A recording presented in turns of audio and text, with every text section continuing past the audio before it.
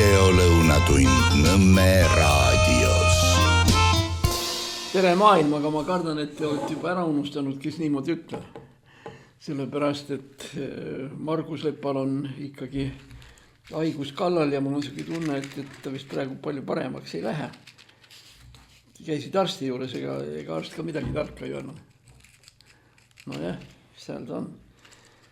Kõige hullem lugu ongi just igasuguste nende haigustega, mis on kuskil seal piiri peal.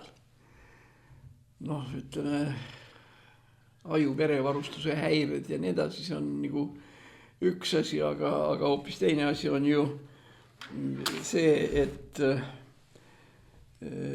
puhas siuke neuroloogia, mis on seotud seal närvide pitsumise ja igasuguste muude asjadega, nii et tegelikult ega ma ei taha ühegi arsti kohta midagi halvasti öelda, aga nii palju, kui ma olen täheldanud ka oma elus, et kui haigus on 2 või veel hullem 3 arsti piirimail, siis on sama hea, et sul seda arsti ei olegi.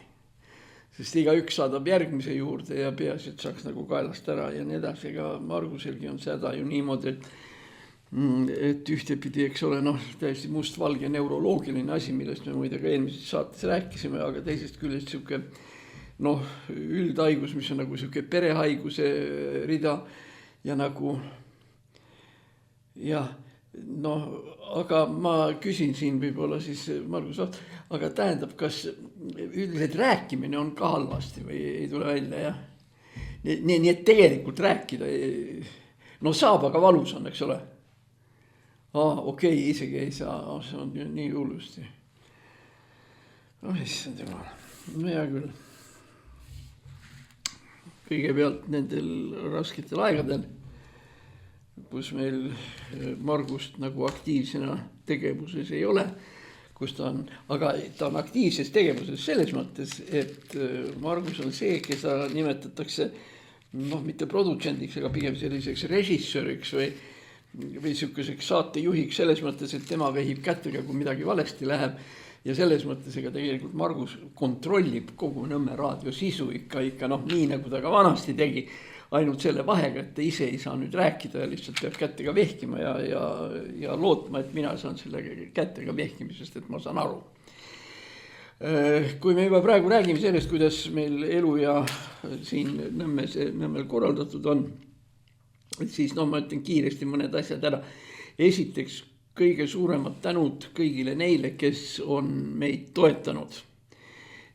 Ja ilma kelleta Nõmme raadiot olla ei saa. Ja ma loodan, et nad on rahul selle tööga, mis me teeme ja on valmis meid toetama ka edaspidi.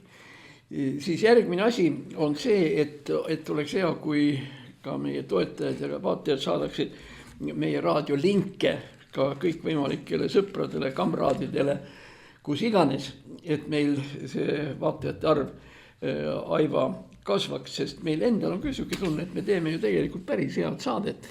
Ma väidaksin, et meie saade on isegi tegelikult parem kui minu pärast kas või Eesti Raadio. Me räägime sellest, aga siin see Samost ja Aaspõllu, meie oleme ikka oluliselt paremad kui nemad. Ja siis, nii nagu meil see liigutus on parem olnud, jätame siis meelde, et me sellega palume, et märkige like, kirjutage kommentaar ja share'ige teistele. Niisiis see meie žest, si tähendab seda like, kommentaar, share. Like, kommentaar, share.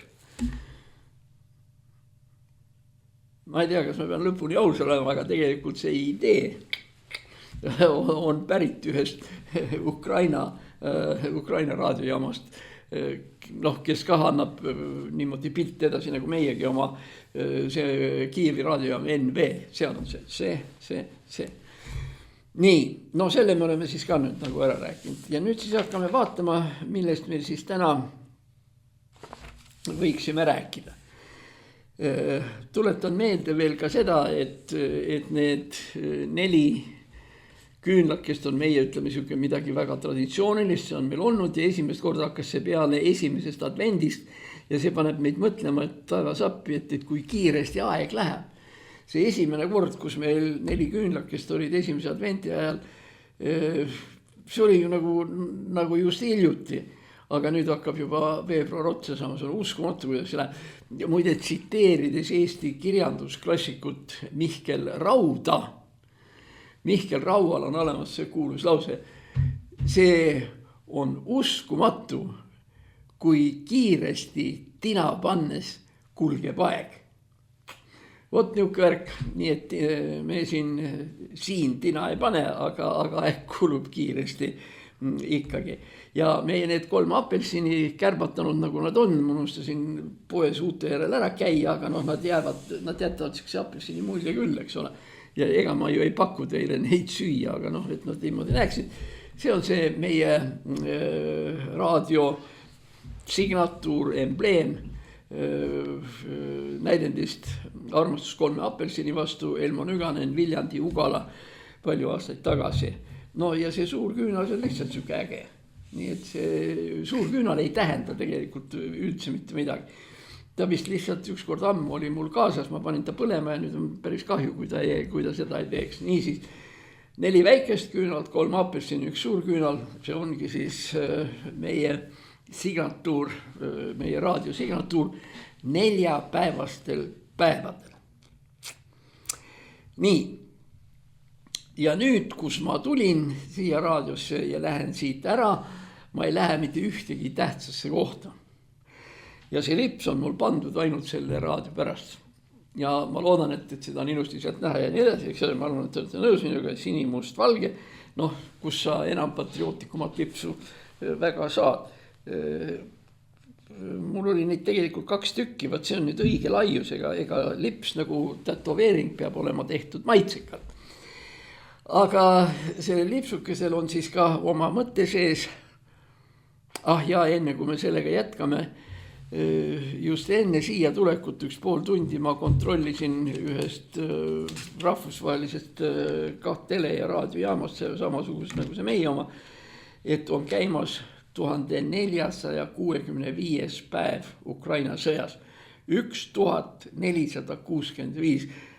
Raske uskuda, aga see on see fakt, kus juures, eks ole, venelased ju lubas Kiievi ära võtta 3 päevaga, siis natukene pikendati 10 päevaks, ja nüüd on meil siis käes 4 aastat ja meie jaoks on see võib-olla täiesti eraldi siuke tähelepanuväärne daatum, et Ukraina sõda ja Eesti Vabariigi aastapäev on ühel ja samal päeval, 24. veebruaril, nii et 24. veebruaril 4 aastat tagasi oli siis see, kui venelased läksid Ukrainale täiemahuliselt kallale. Aga nüüd siis natukene sellest, kuidas see meie aastapäevakene ja kõik see asi läks. Kõigepealt seda, et meie oma perega sel aastal ka ei käinud pallil, sest tegelikult oleme ausad, ega meid nii väga ei kutsutudki. Viimane kord, kus me käisime, oli aastaid tagasi, kui mind kutsuti kui Riigikogu liiget. Ja ega siiski oli niimoodi, et korra 2 käisime ja tegime 2 tantsu, tulime koju. Lõppkokkuvõttes, ütleme, see presidendi vastuvõtt, millest nüüd kindlasti räägitakse juba täna, on poodides väljas vastav kroonika, igasuguste pitspallide ja kleitide ja ma ei tea millega. Eks see ole siuke väga mitmetahuline asi. Üks siuke selgelt negatiivne moment on see, et igale inimesele, kes sinna läheb, on see üritus kallis. Mitte armastuse ja mitte armsuse, vaid raha mõttes. Ma nüüd ei kujuta väga täpselt ette, aga ma oletan ja võib-olla isegi meie enda endisest kogemust, ütleme siuke lihtsamat sorti pidulik kleit, mis tõesti on lihtne ja midagi erilist, mille hind on kuskil umbes 2000 euroligi, aga see oli siis ütleme 10 aastat tagasi või natuke vähem. Ma kujutan ette, et täna see number võib olla kuskil 3, 4, 5 tuhat. ja siin tekib loogiline küsimus, kus kohas on tavalisel normaalsel Eesti inimesel 5000 eurot ühekordse pallikleidi peale. Meestel õnneks on lihtsam, frakk eriti ei maksa midagi, frakki saab kätte ikkagi alla 1000-ga, seal kuskil 600-700-ga ja neid frakki laenutuse kohti on päris mitu. Ja mis see siis nii väga ikka, need frakki laenutajad, need annavad sulle ka vastava särgi ja vestid ja kõik, ühesõnaga kogu see komplekt on ütleme kuskil 1000 ligi. Ma tean seda selle järgi, et kunagi me Toomas Kutteriga tegime aastaid Pärnus sellist palli, mida nimetati Fabergé palliks, sellepärast et Fabergé, see juveliir ja nii edasi on Pärnust pärit. Ja siis vastava seltsi ja ühinguga me korraldasime selle, et Pärnus kontserdisaali juures ja kontserdimaja juures on nüüd Fabergé ausammas. Ja võt siis oli niimoodi, et siis ma selle õhtu juhina olin sunnitud või pidin laenama endale frakki ja ma mäletan, et see frakki laenamine ei läinud rohkem maksma kui tavaline kombinsoon, mida läheb vaja kalurile või kalapüüdjale, kes läheb lanti loopima kuskil kalda ääres. Aga daamidega on olukord selline, et ma ütlen 2000 või 2500 alates lõpetades üleval, ma ei kujuta ette 5000, 600, 700. Ja seda selles olukorras, kus inimeste elu on üldiselt raske. Ega nendel inimestel, kes on sellised, kes saavad sinna presidendi vastuvõtule oma selliste äriliste võitude pärast ja selle tõttu, et nad on äriliselt edukad, hea küll, neis ei ole probleem tõenäoliselt tellida oma abikaasal või abikaasal tellida siuke 5000-line asi. Aga kui me mõtleme selle peale, et sinna kuulus ka tegelikult väga tavalisi inimesi, näiteks nagu on kooliõpetajad ja raamatukogu töötajad ja hoidjad ja nii edasi, kelle kuupalk on kuskil, ütleme 1500, äärmisel juhul 2000 eurot, nendel nüüd välja käia 5000 eurot lihtsalt ühe palli kleidi nimel on ikkagi ränk ja raske. Ja selles mõttes on kahtlemata see presidendi pall, ütleme, kas on õige nii öelda, on põhja käinud. Ta on põhja käinud sellepärast, et ta on muutunud mitte ainult, vaid ikkagi suures osas selliseks tõusikute kooskäimise kohaks, kus tegelikult see palliriietus on tähtsam kui selle palli sisu ise. Kus ma käisin ikkagi nendel vastuvõttudel sagedamini oli 90. aastate keskel, siis kui president oli Lennart Meri ja ma võin öelda, et siis oli sellele pallile minekul oma reaalne ka sisuline mõte selles mõttes, et ma ütleksin niimoodi, et 90. aastate keskel oli presidendi vastuvõtt ja sellele järgnev pall üks vana EUE kamraadide ja vanade tudengite ja vanade komsomoli komitee inimeste nii edasi, oli nende kooskäimise koht, kus tuldi kokku pärast aastaid lahusolekut ja seal samas Estonias all, kuhu sai siis laudade peale igasugust kraami toodud või ma ei valeta, mitte igasugust, vaid väga ühemõtteliselt selget kraami toodud ja ikkagi õlut ja viina ja mida iganes. See oli lihtsalt lõbus vanade maleva semude kokkusaamise koht. Ja oligi siuke lihtne, ei olnud seal ei frakk ega midagi, lihtsalt oli ülikond parasjagu nii trööbakas, kui ta sel hetkel sul oli. Särk ka see ainukene, mis puhas kodus oli ja siis mingi lipsukene sinna ette ja oligi kõik. Ja tegelikult siis käidi sellel pallil nii ütelda kokku saamas ja vanade semudega koos juttu ajamas ja viina võtmas ja nii edasi. Ja ma mäletan väga hästi, et 96, 97 kuskil seal kandis oli ju niisugune värk, et Lennart Meri hakkas seda presidendi kõnet pidama ja ta tuli siis kõigepealt sinna alla, seal kus meie rahulikult viina ja konjakit jõime, tuli ta sinna alla ja hõikas ja ütles, et poisid, et tulge nüüd üles kõnet kuulama, et ma hakkan rääkima. Ja oligi nii, siis Meri kutsus siis inimesed sealt alt üles ja ühesõnaga kõik see oli siuke kuidagi lahe ja tore ja selles mõttes nagu kuidagi siukene kus juba ülikooli 20 aastat tagasi lõpetanud inimesed lihtsalt tuletasid vanu aegu meelde. Ja noh, ja eks meri oli ju ka ikkagi väga niisugune lahe ja niisugune tore. Igal juhul niisugust ametlikku sellist, kuidas nüüd öelda, seda niisugust hoiakut, et sa pead seisma nagu sa oleksid riidepuu alla neelanud või kuidagi, kuidas frakiga ja kuidas see nii pidi. See nimelt ei omanud absoluutselt mitte mingisugust tähtsust. Tõsi, egas nendel pallidel 90. aastad, eks seal oli ka muidugi üks probleem, aga noh, eks Merit ka hoiata. Tegelikult Meril oli ju see komme, et tema rääkis Riigikogust üldiselt halvasti. Et Riigikogu ei tee seda ja Riigikogu ei tee teist ja keegi ei vastuta ja vastutustundetus riigi tuleviku eest ja nii edasi. Ja siis ma mäletan väga hästi, kas see ei olnud isegi mitte tookord Tiit Vähi või keegi, kes ütles, et no jõle narr on nüüd tulla siia selleks, et kuulata, kuidas sa sõimata saad. Sest ega sõimata ei saanud ainult Riigikogu, sõimata sai ju ka valitsus. Ja no see nüüd oli, et ühest küljest Meri oli nagu oma poiss või temaga nii, aga teisest küljest siis siit tekkis küsimus, et kui on oma poiss, et kust ta siis võtab selle julguse ja häbematuse meid asja eest teist taha nüüd sõimama hakata. Aga ei, see pärastpoole läks nagu paremaks, Merile ikka lõpuks öeldi ka, et ära jama, et siin on omad poisid koos ja mis sa nüüd nii halvasti meist ikka räägid, et näed, siin on televisioonikaamerad ja mis iganes ja kogu Eesti peab vaatama, kuidas sina meid sõimad. Aga Meri oli Meri ja nii ta jäi. Aga nüüd tänapäeval on see pallikene nagu väga oluliselt muutunud. Üldse tegelikult on see ju väga tore, on see kogu see vabariigi aastapäev. Kuidagi hommikul hästi lahedalt peale see lipu heiskamise lugu ja siis pärgade asetamine ja sõjaväeparaad ja siis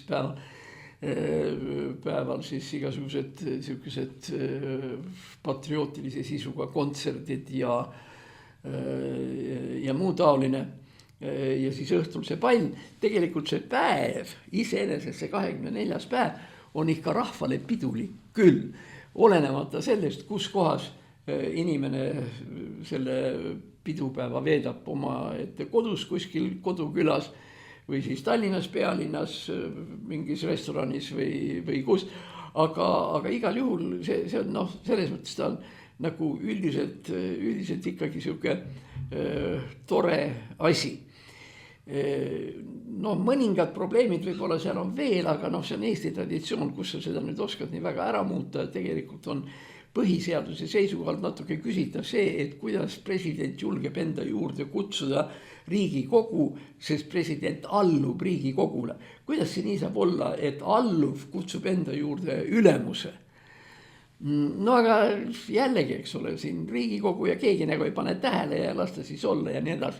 Aga ma lihtsalt olen ise mõelnud, et kujutan nüüd endale ette, et on mingisugune minu pärast pall või bankett või 5 o'clock party või mingisugune taoline asi näiteks USA-s. Mis juhtuks siis, kui USA kongress, esindajate koda ja senat kutsuksid enda juurde välja presidendi, siis on see normaalne. See on see Donald Trumpi üleeilne kõne vabariigi, tähendab olukorrast riigis ja nii edasi.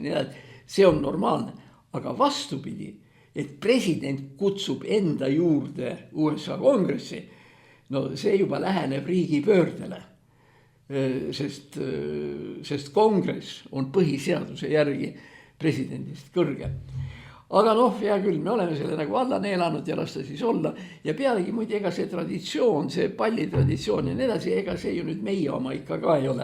Tegelikult see eeskuju on meil pärit Soomest ja nii palju, kui ma mõnikord olen telekast juhtunud seda Soome asja vaatama, siis ma ütleksin, et seal üks eelis on võrreldes meie omaga küll on see, et siukest riietega eputamist ja kekutamist igasuguste kleitide ja nende asjadega soomlastel nii palju ei ole. Soome prouad tulevad lihtsalt, piduliku kleidiga, aga mitte midagi erilist. Ja igal juhul ei tule keegi Soomes selle peale, et nüüd keegi peab oma kleidiga teise daami ees eputama hakkama, nii nagu see meil juhtub. Aga noh, pidu peoks ja peeti ära ja kõik. Väga tore oli ka peole järgnenud Eesti Televisiooni film Rohelised niidud, kus võeti kokku kogu see muusika, mis oli lavastuses Rohelised niidud suvel Kiidjärvel. Tähendab, proosa võeti välja, aga kõik need Eesti Raadio meeskvarteti laulud ja need võeti sinna kokku ja oli väga tore teisipäevase päeva lõpp. Aga nüüd ma tahaks tagasi tulla selle teema juurde, mis võib olla, millest me oleme küll rääkinud, aga millele me ei ole alati või millele Eestis nagu väga tähelepanu ei pöörata. Tähendab, noh, on see siis pitspall ja siuke stammkohtumine, aga kui tihti ja kui palju me mõtleme selle peale, mida see päev tegelikult tähendab. Vabariigi aastapäev, nõus, aga miks just sel päeval ja mitte mingil teisel päeval? Põhjus on selles, et sel päeval kuulutas päästekomitee välja Eesti vabaduse või Eesti sõltumatuse ja luges ette manifesti kõigile Eestimaa rahvastele. Ja see piltki on tegelikult, ma arvan, paljude poolt meist nähtud. See on siis Max Solli on selle kunstniku nimi, kes on siis maalinud selle pildi, kus pangahoone suures saalis seisavad 3 inimest, need on siis Päts, Jüri Vilms ja Konik. Konik oli hiljem Tartu Ülikooli arstiteaduskonna dekaan, Vilms hukkus, kui ta tahtis Eestist minna Soome, tähendab ta õieti Soome jõudis, aga selle välisdelegatsiooniga, kus Vilms läks otsima siis Eestile rahvusvahelist tunnustust, sakslased võtsid ta kinni ja laiskasid ta maha. No põhjus oli selles, et soomlased ja sakslased olid küll liitlased, aga sakslased ja eestlased ei olnud. Noh ja siis ma ei mäletagi, kes on neil veel, no Vilms oli see põhitegelane seal.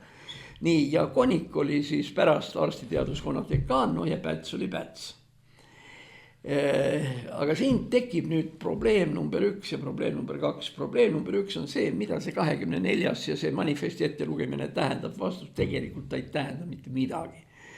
Sellepärast esimene küsimus on see, et päästekomitee ja juhatus, aga keda nad päästsid ja mis juhatus see oli. Tegelikult oli ikkagi Eesti iseseisvuse kuulutas välja Maanõukogu novembris, kes kuulutas enda Eesti territooriumil kõrgemaks võimuorganiks ja Maanõukogu oligi see ehk Eesti esimene parlament. See Päts, Konik, Vilmsi, see manifesti lugemine tegelikult puht ajalooliselt ja poliitiliselt ei omanud absoluutselt mitte mingisugust tähtsust. Seda enam, et päev pärast seda tõmbasid nad uttu, sest nad kartsid sakslaste poolt arreteerimist ja mida iganes.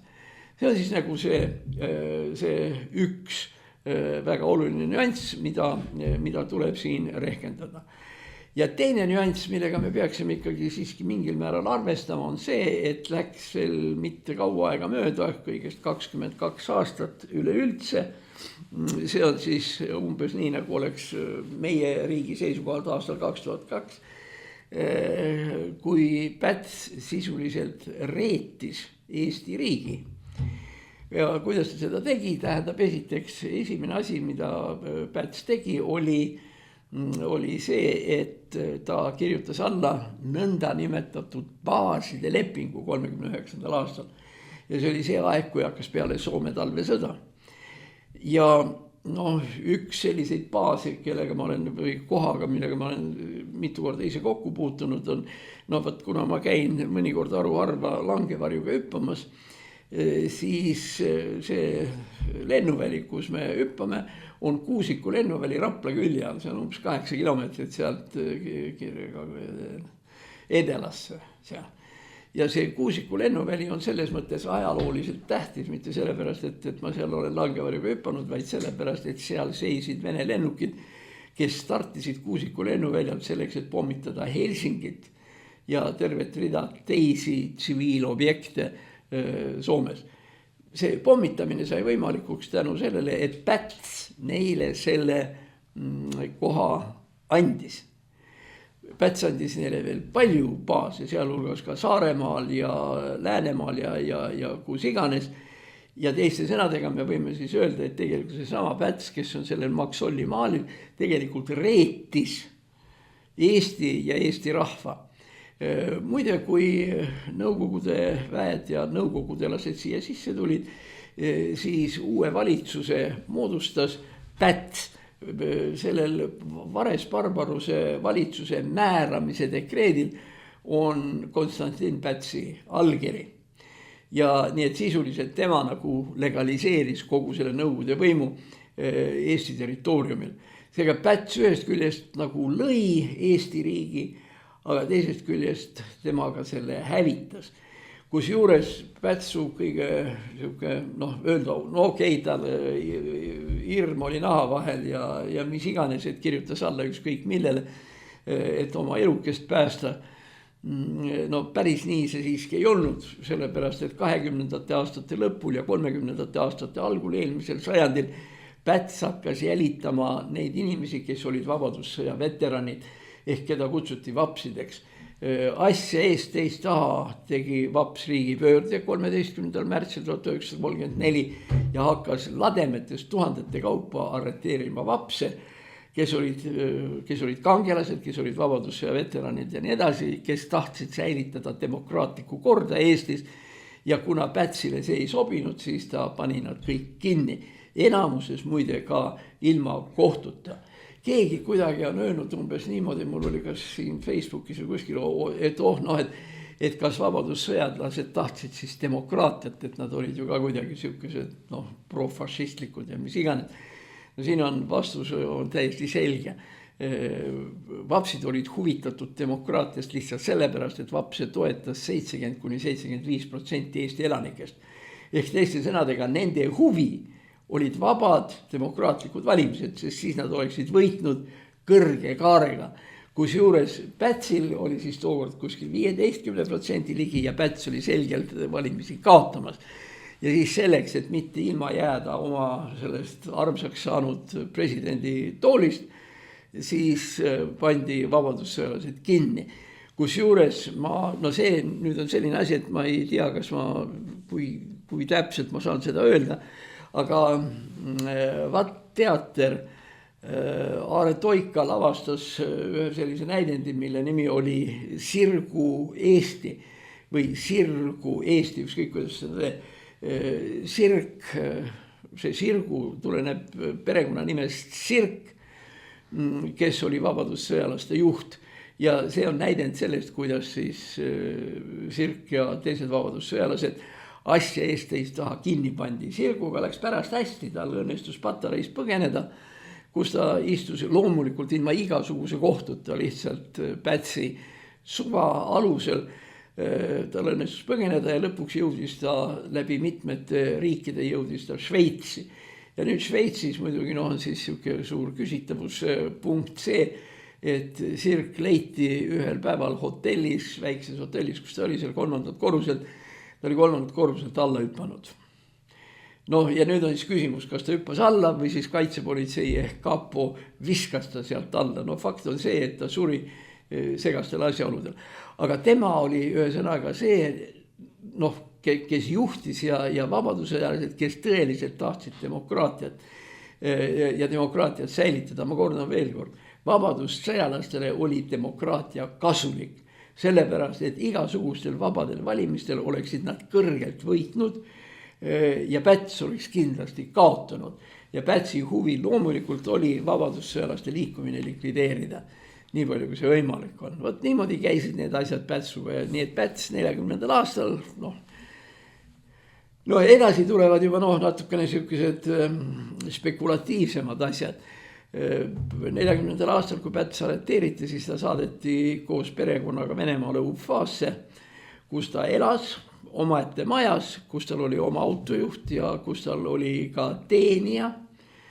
ühes Pätsi kirjas kuskil on öeldud, et fotofaas, et turul on praegu juurviljadega raske, et meie Marshall või mis ta oli, see tema teen, käis turul ja 2 korviga ja ei saanudki kõiki asju tuua, mida vaja oli, et kas kurk ei olnud või tomatid ei olnud või milles asi, seal kus ta räägib oma teenijast ja teenija turul käigust. No ja siis pärast seda siis seal oli mingi hetk, kus ta võeti juba pärast kinni ja nii edasi, aga see tuli juba oluliselt hiljem, igal juhul Päts sai endale, tal oli siis ka Nõukogude Liidu personaalpension eriliste teenete eest Nõukogude Liidu ees, ei ole midagi teha ja vot nii käis see värk. Nüüd Laidoneriga, kes oli Pätsi kõige lähem, eks ole, kaasvõitleja ja ka riigipööraja ja ütleme, siuke Eesti vastane, Eesti demokraatliku riigi vastane tegelane oli kindral Laidoner. Laidonerist me saame teada nii palju, et just siis, kui hakkas muide ka Soome talvesõda ja nii edasi, Laidoner ei teinud mitte midagi selleks, et kaitsta Eestit Nõukogude armee rünnaku vastu. Ja kogu see jutt, see oli võimatu ja nii edasi. Tule taevas appi, kas ikka oli. Kui Eesti, Läti, Leedu armeed oleks ilusti kokku viidud, oleks neid olnud 500 000, soomlasi oli 300 000 ja soomlased sõdisid väga hästi selle vastu. Lisaks sellele oli Laidoneril sõjaline eelis venelaste ees sellega, et nagu ma ütlesin, olid sõjaväebaasid. Ja sõjaväebaasid olid igal pool Eesti territooriumil, näiteks Viljandis seal ja Tartus ja kus iganes. Ehk teiste sõnadega, Vene armee oli Eesti territooriumil Eestist ümber piiratud. Ütleme, seesama Kuusiku lennuväli seal Rapla juures, kus saab langeväljaga hüpata ja nii edasi. Ei ole midagi lihtsamat, kui sa võtad 1000 Eesti sõdurit, piirad selle ümber, võtad nende käest relvad ära, kui nad vastu hakkavad punnima, siis lased maha ja kõik on korras. Ehk teiste sõnadega 39. aastast alates oli Eesti sõjaväe taktikaline positsioon venelaste suhtes oluliselt parem, sest venelased Eesti territooriumil olid igal pool ümber piiratud. Laidoner ei teinud mitte midagi selleks, et kuidagigi Eestit kaitsta. Vähe sellest, Laidoner korjas ära Kaitseliidu relvad, et ei tohtinud enam olla, Vene arusaamade järgi, eks ole. Nii, ja siis muide avaldas siis ka mingisuguse käskkirja selle kohta, et kui Vene väed üle Narva jõe sisse tulevad ja nii edasi, et siis neid ei tohi tulistada, siis kohalikud kordnikud ja politseinikud pidid garanteerima, et keegi Vene vägedest fotosid, pilte ei tee ja nii edasi. Ehk teiste sõnadega Laidoner tegi kõik selleks, et Nõukogude armee saaks rõõmsalt tulla Eesti territooriumile. Laidoneril läks nagu kergelt kehvemini, tähendab, temaga oli niimoodi, et Laidonerile oli ette nähtud hea koht Venemaal. Ja see oli see, et ta pidi saama professoriks Moskvas Frunze nimelises kindralstaabi akadeemias. Seal, kus oli talle koht valmis pandud. Ma ei ole näinud, et keegi oleks sellest kunagi kirjutanud. Ma korra Facebookis nagu vihjasin ja siis lihtsalt inimesed küsisid, ka on see tõsi ja kust on teada, et vot see koht Laidonerile ette nähtud. Ja mul on väga lihtne vastus. Mul on inimene, kes mulle seda rääkis ja kellega me sattusime sellest rääkima tegelikult juhuslikult hoopis teistel teemadel. NSV Liidu ülemnõukogu, NSV Liidu rahvasaadikute kongress ja me sattusime rääkima sellise mehega nagu armee kindral Boris Gromov. Armee kindral Boris Gromov oli Nõukogude sõjaväe kontingendi ülemjuhataja Afganistanis ja ta sai kuulsaks sellega, et ta tõi väed Afganistanist välja. Niimoodi, et keegi ei saanud hukka, keegi ei surnud ja nii edasi, et kõik oli regulaarne. Ja see on üks foto või 30-sekundiline klipp, mis näitab, kuidas Gromov tuleb üle silla, mis toob Nõukogude poole peale, tuleb viimasena. Tähendab, tal on siis üle õla, tal oli see automaat, tal on automaat niimoodi käes nagu vanasti kanti seal sõrisamuse ajal ja nii edasi. Ja ta tuleb viimasena ja jääb siis silla peal seisma, keerab ringi, vaatab veel sinna Afganistani poole ja tuleb ära. Ehk tõelise nagu laevakaptenina ta, või nagu laevakapten, tema tuli ära viimasena niimoodi, et mitte ükski Mojahed seal Afganistani territooriumil ei olnud võimeline ega ei saanud tulistada Nõukogude sõdurite pihta. Kogu see väljatoomine oli siuke ikkagi väga siuke kunstkopp ja väga siuke võimas asi. Ja ja kuna ta temast sai siis ja ta oli siis ka NSV Liidu rahvasaadikute kongressil seal ja siis nii nagu seal ikka juhtus seal kas koridoris või kuskil mujal, et me sattusime temaga rääkima ja mina hakkasin rääkima, mind huvitas see Afganistani värk ja nii edasi ja tema ja siis tuli see Frunze akadeemia, et kui võimas see on ja nii edasi. Kusjuures viimane Frunze akadeemia eestlane oli kindralmajor Vello Vare, tähendab, kes oli sellel ja siis enne seda oli siis kolonel Tomberg, kui ma ei eksi, kes siis tol korral sai selle eestlase koha, aga mõeldud oli ta ikkagi sellele Laidonerile. Ja seda ütles mulle just nimelt Boris Kromov, ütles, et Estonska ja Vesta, et Estonska nii edasi, et see oli teie Laidanieru.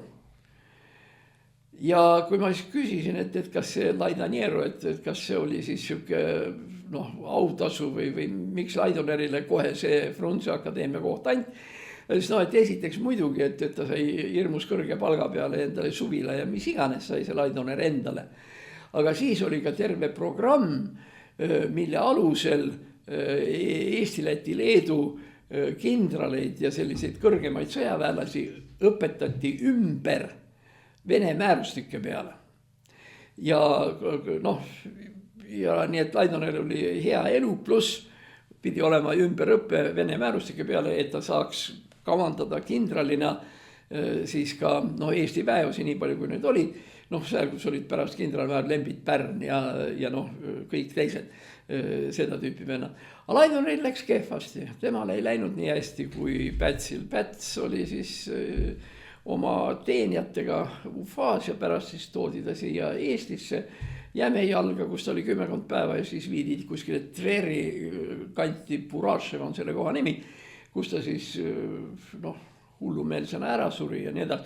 Kusjuures tähendab see väide, et see oli lihtsalt ettekääne Pätsu kinni panemiseks, et ta oli psüühiliselt terve. Põhimõtteliselt jällegi nüüd konkreetselt ühe inglise psühhiaatri jutu järgi, siis nii palju kui tema ikkagi Pätsist ja tema asjadest aru sai, Päts ikka lõpuks oligi peaaegu hulluks läinud või ta ei olnud nagu täie mõistuse juures. Aga see muide ei oma mingit tähtsust. Laidoneriga oli siis lugu niisugune, et Laidoner lasti maha. Ja kurb lugu, eks ole ju. Lubatakse sulle Frunze akadeemia professori kohta, aga pärast lastakse maha. Ja keegi jällegi ütleme siin ka meie sellistest isamaalistest ajaloost on öelnud, et vot, et Laidoner oli siuke vapper mees ja näed, lasti maha ja ikka kui jube ja vaata, kus ta tõi enda ohvriks ja nii edasi. Selle peale ütlen mina, kallid isamaalised ajaloolased, halloo, mõelge, mida te räägite. Sellepärast, et kui me räägime 43. aastast ja 42, 44, lasti maha ju 10 kaupa marssaleid, kindraleid, kolonele isegi ei rehkendatud. Kindraleid, keda maha lasti, oli ligi 2000 ja nüüd kindralite hulgas 2001. Päts. Kes seda tähele pani? Tõenäoliselt Stalin ei saanudki seda teada või kui sai, oli see asi lootusetult hilja. Küllap selle mahalaskmised kõik korraldasid ikkagi NKVD eri väeosad ja lasti kindralid maha ikka lademetes. Ja selles mõttes nüüd öelda, et Laidoner oli ainuke siuke suur ohver. Ega ikka ei olnud küll. Siis läksid nagu vene ajaloolane Suvorov ütleb, streljali patškami, et lasti maha pakkide viisi. Nii et, mis mina oskan ütelda, vaimuliku inimesena veel eriti nagu ei tohiks, aga paratamatult ma arvan, et keegi, kes meid kuulab ja nii edasi, on sellega nõus, et Laidoneri karma sai kätte. Tähendab, oli, mis oli, aga karma sai ta lõpuks kätte ja nii see läks.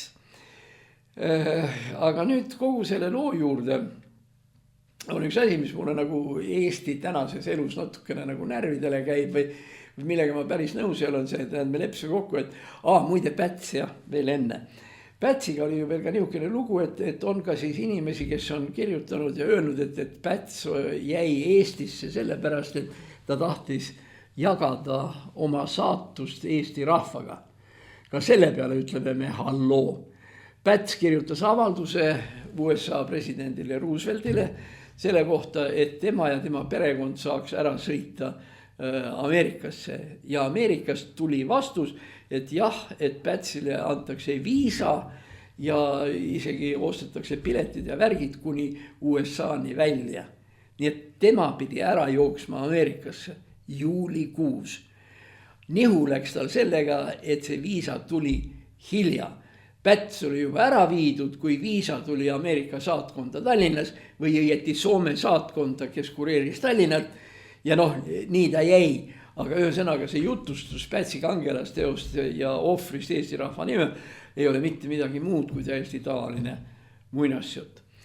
No vot, ja niimoodi käis nende värkidega. Miks ma hakkasin sellest rääkima? Tegelikult see põhjus, miks ma rääkima hakkasin, oli see, et miks peetakse presidendi palli ja muid taolisi asju ja mis seal sellel Maxolli pildi peal on.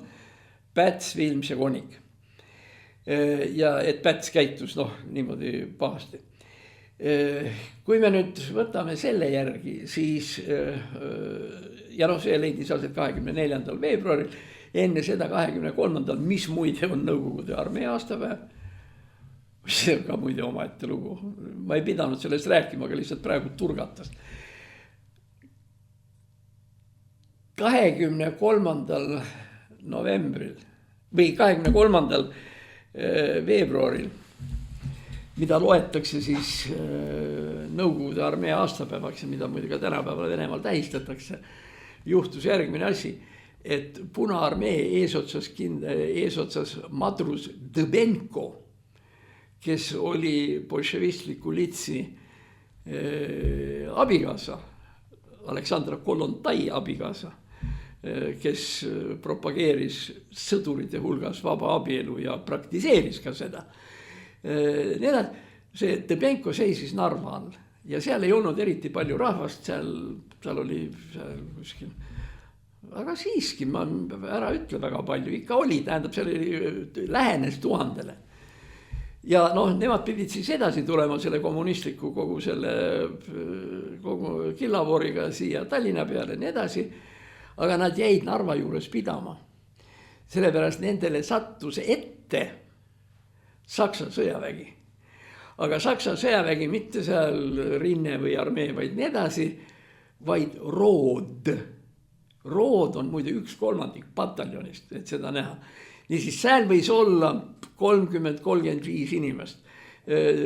Põhiliselt siis 10 hobust ja mingisugused väga primitiivsed, mis võisid 18. aastal olla, mingid väga primitiivsed mootorrattad, ma ei tea, mis seal BMW-d esimesed või midagi.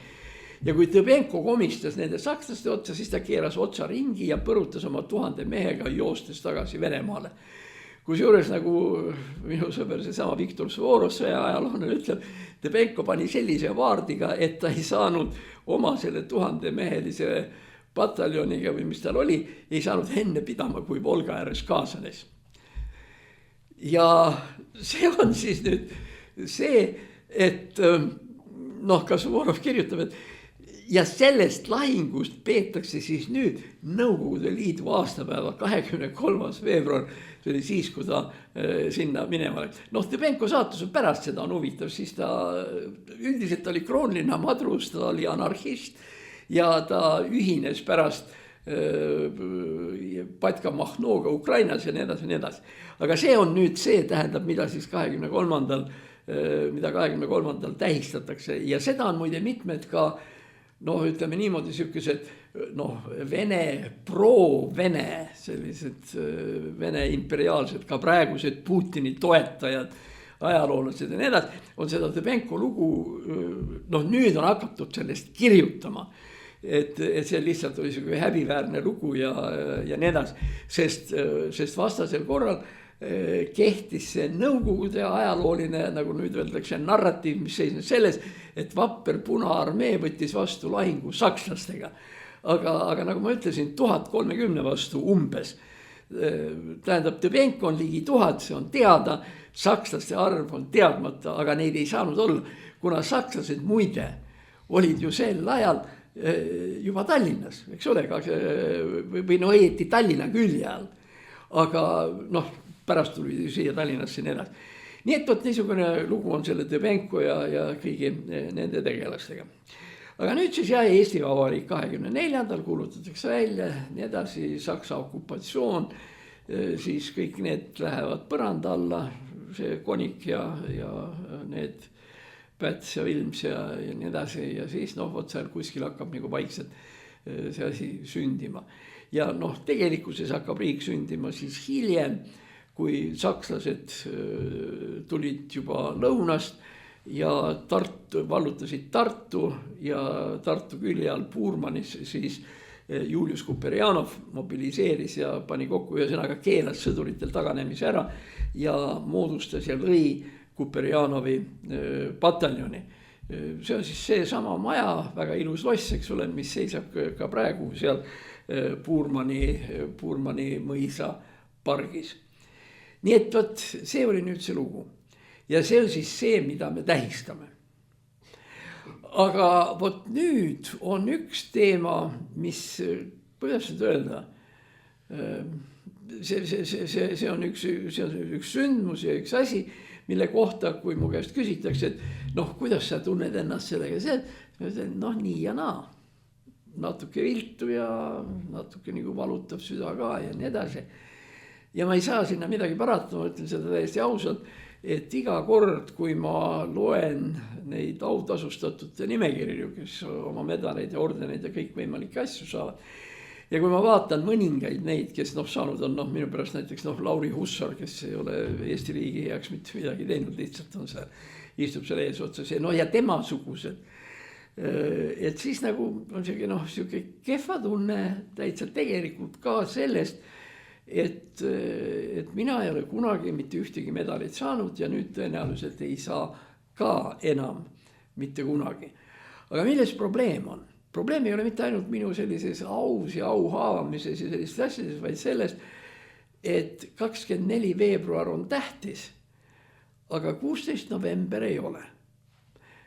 16 november 1988 Riigikogu või tol korral, eks ole, ülemnõukogu, Eesti NSV ülemnõukogu võttis vastu Eesti suveräänsusdeklaratsiooni. See on see sama, mis maapäev novembris ja selle suveräänsusdeklaratsiooniga oli üteldud niisugune asi, et Eesti territooriumil kuulub kõrgeim võim Eesti NSV-le ja Eesti NSV ülemnõukogule. Eesti NSV on suveräänne ehk kõrgeima võimukandja. Kõik need edasised asjad, kõik see, mis oli seal 20. augusti paiku seal, siis kui oli see Vene putš ja ma ei tea, mis iganes veel, on kõik, isegi Eesti iseseisvaks kuulutamine ei oma sellist tähtsust nagu suveräänsusdeklaratsioon, sellepärast, et Eesti sai iseseisvaks kuulutada ainult suveräänne võim. Ainult suveräänne võim. Nii et enne tuleb suveräänsus ja pärast tuleb see iseseisvus.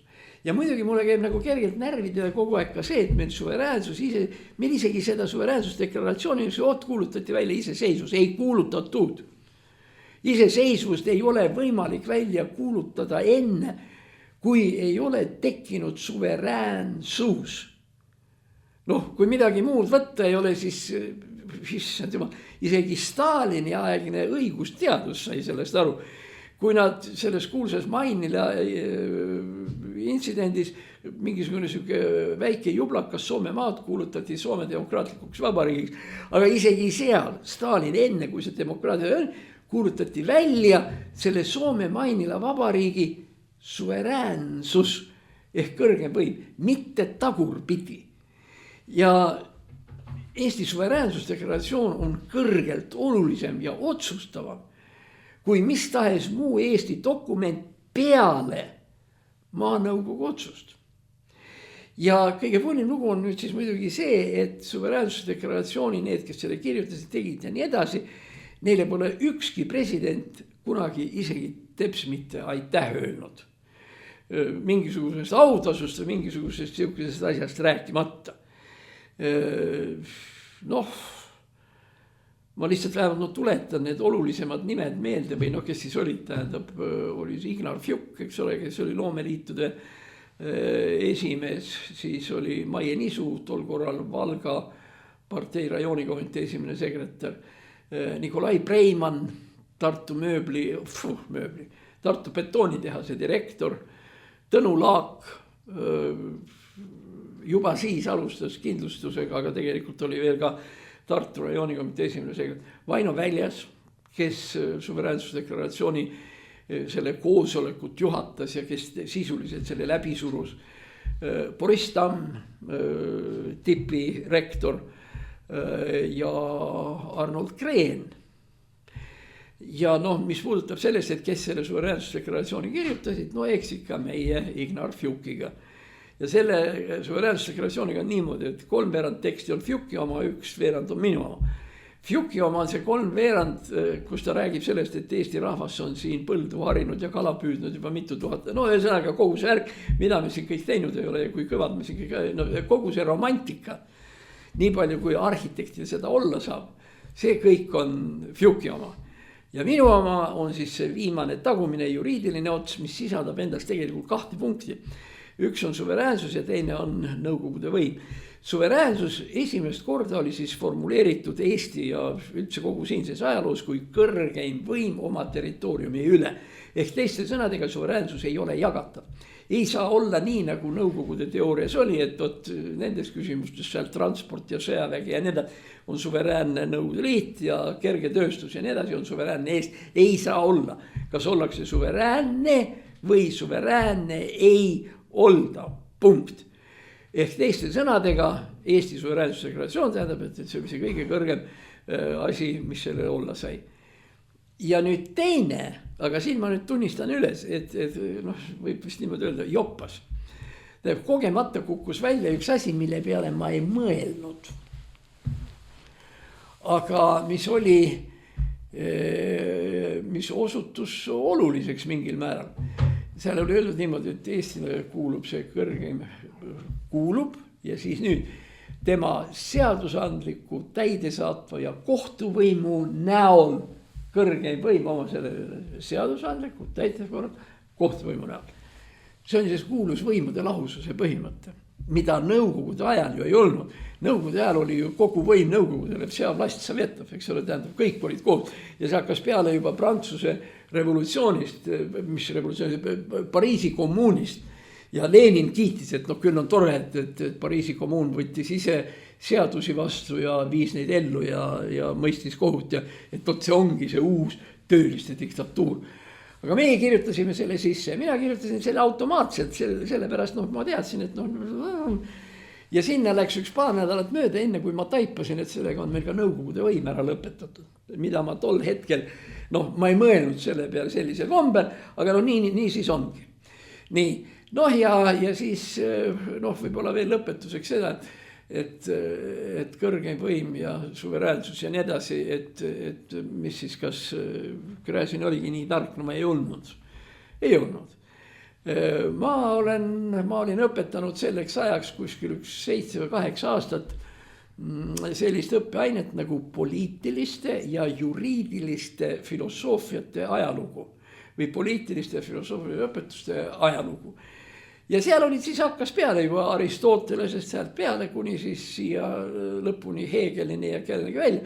Nõude Leninit ja seda andis vältida, see ei ole kangelastegu, see on küll vältimine, lihtsalt sel teel, et sa sättisid oma materjali niimoodi, et semestri lõpus sa lihtsalt Leninini ei jõudnud. Nii et Leninit meil seal ei olnud, aga Aristoteles alates oli. Ja seal oli ühte kokku, ma arvan, umbes 30-40 erinevat nime. Nende hulgas olid väga olulised, ütleme seal Kant ja Aquino Thomas ja Georg Wilhelm Hegel ja Fichte ja Montesquieu ja kõik need. Ja seal hulgas oli veel üks inimene, kelle nimi oli, ma praegu ütlen, ma saan aru, et keegi seda ei tea. Tema nimi oli Jean Bodin, kirjutakse Bodin. Jean Bodin oli 3 musketäri kaasaegne, siis kui olid D'Artagnan ja Athos, Porthos, Aramis, sel ajal elas ka Jean Bodin, kes oli advokaat ja kes oli, usu või ära usu, Pariisi linnavolikogu liige. Noh, pull element on siin selles, et Prantsusmaa oli monarhia. Ja mis linnavolikogudest ja mis kuradi asjadest te siin räägite, ei saa ju olla monarhias, et nüüd linnavolikogu. Pariisile oli antud omavalitsusõigus. Nii et Pariisi kuningate poolt juba väga vanadest aegadest. Ja Jean Bodin oli seal siis linnavolikogu liige meie mõistes. Ja Bodin, kellest me tegelikult, see ei ole huvitav, tähendab ajal on isik, kellest me tegelikult midagi ei tea. Me teame, et ta oli advokaat, me ei tea isegi, kus ta elas, mis ta oli, kuidas ta suri, noh, oli mingisugune jutt, et ta oli kuskil 2 võitlusel, oli saanud haava mõõgaga kõhtu ja see haav oli mädanema läinud. Seda me siis teame veel Bodini lõpust. Ja see on nagu enam-vähem kõik. Ja Bodinil on üks niisugune huvitav teos, mis muide viitab sellele, et vaata, ega kuningad on ka mitut moodi. Teose nimi on 3 vabariigi raamatut. Le 3 livres de République. Nüüd jällegi Tartu koolipoiss reaalkoolist või Lütsemist või kuskil ütleb, aga mis vabariigi raamatud need saavad olla, sellepärast, et oli monarhia, kuidas kuningas sai vabariigi raamatuid lubada ja nii edasi. Aga sellised olidki Prantsuse kuningad. Louis XIII, see, kellest 3 musketäri algab ja nii edasi, oligi, noh, ta oli isegi jobuvõitu, eks ole, see Austria Anna ju pettis teda Buckinghami hertsogiga ja mis iganes. Aga ta oligi niisuguse liberaalse olekuga, tähendab, talle mingid raamatud meeldisid ja nii edasi. Ja tal ei olnud mitte midagi selle vastu, et üks Pariisi linnavolikogu liige avaldab raamatut, kuidas üles ehitada vabariiki monarhia vastu. Aga tema on selle kirjutanud Le 3 livres de République. Ja seal siis ongi üks koht teises köites. Muide, ma ei tahaks öelda, et ma oleks neid 3 raamatut lugenud, sellepärast esiteks 3 raamatut Tallinnas ei ole. On olemas üks raamat ja selles ühes raamatus on esimesed 2 köidet ja 3. raamat on eraldi, mida meil siin ei ole. Aga sõnaga ma ei tea millegi peale. Ja kõige huvitav lugu oli see, et iga aasta olin ma Jean Bodinist üliõpilastele rääkinud maksimum 10-15 minutit, sest ma rohkem ise ei teadnudki. Ja noh, ja seal õppeprogrammis, kus on kirjas need, kellest sa pead rääkima, tema oli kirjutatud peenikeses väikses kirjas ehk teiste sõnadega ka Nõukogude filosoofia ajaloo õpikutes ei omanud Bodin tegelikult mingit tähtsust. Ja siis on kuskil 6 aastat ja 7 aastat ja 8 aastat ja ma kogu aeg lasen kusagil aprilli lõpus Bodinist üle ja ongi kõik. Ja vaat see nüüd on see koht, kus ma vaimulikuna ütlen, no jumalkene, Jumal on olemas, no Jumal on olemas. Sellepärast, et selle 7. või 8. aastal, kui ma siin Rahvusraamatukogus Tallinnas nagu isegi sirvisin seda raamatut või nii edasi, esiteks, et ma teda sirvima hakkasin, mida ma 7 aastat ei olnud teinud. Ja et ma selle sirvimise käigus leidsin selle koha üles, kus ta räägib, et suveräänsus on kõrgeim võim oma territooriumi üle. Ja siin on muide ka seletus, et miks Louis XIII, kui ta luges, milles ma kahtlen, Bodinile nagu vastu ei hakanud, oli üks põhjus ja võis kindlasti olla ka see, et Bodin näitas, et suverään on monarh. Monarh, kellele kuulub kõrgem võim oma territooriumile ja nii edasi, nii edasi. Ja noh, selge, et see on siis pro-monarhistlik ja nii edasi. Aga sealt see tuli. Ja kui pärast ma olen näinud mitmeid inimesi, kes on tulnud ütlema, et mina leidsin selle suveräänsuse ja mis sina seal ja nii edasi. Seal ma ütlen, okei, et kui sa leidsid suveräänsuse, ütle mulle palun, kust sa ta leidsid? Ei, noh, see on teada ja kõik niimoodi. Ei ole teada. Kui see inimene ütleb, et ma ei tea, kust see tuli, siis ma ütlen, siis sa oled selle minu pealt maha kirjutanud, mitte kuskilt mujalt. kui sa teaksid, et see on Jean Baudin, siis ma ütlen õige, see on õigest kohast leitud, tubli poissid leidsid ja nii edasi. No see lugu on nüüd siis läbi. Nüüd me siis oleme jõudnud meie vabariigi aastapäeva ja muude asjadeni ja väidame, et 16. november oli tegelikult veel tähtsam. Nüüd kumbki meie, ei Fjuk ega mina ei ole mingit autasu selle eest saanud, ma ei tea, mis Fjuk viimati sai, aga minu viimane autasu oli, millest ma siin Nõmme raadios ka olen rääkinud, on ELKNÜ Komsomoli Keskkomitee aukiri, mille me saime selle eest mitmekesi, paarikümnekesi, sest Eesti üliõpilaste ehitusmale tuli üleliidulise sotsialistliku võistluse võitjaks. Ja nii et sealt on see tulnud. Ja nüüd üks nendest omaaegsetest presidendi nõunikest ja kantselei ülematest ja nii edasi, kellega sellest juttu tuli, et see medalid, autased ja värgid ja nii edasi. Ta ütles, kuule, et ongi jama, et me peaks ikka sulle kurat kuidagi selle korraldama või seal, et teeme ja nii edasi. Ja ma ütlesin, et ei, et aitäh. Enam ei ole vaja, sest see, mille eest ma vääriksin mingisugust autasu, mitte mingit väikest medaliklibakut, aga ikka sellist korralikku. See kõik toimus 88. aastal, millest on 20 aastat mööda läinud.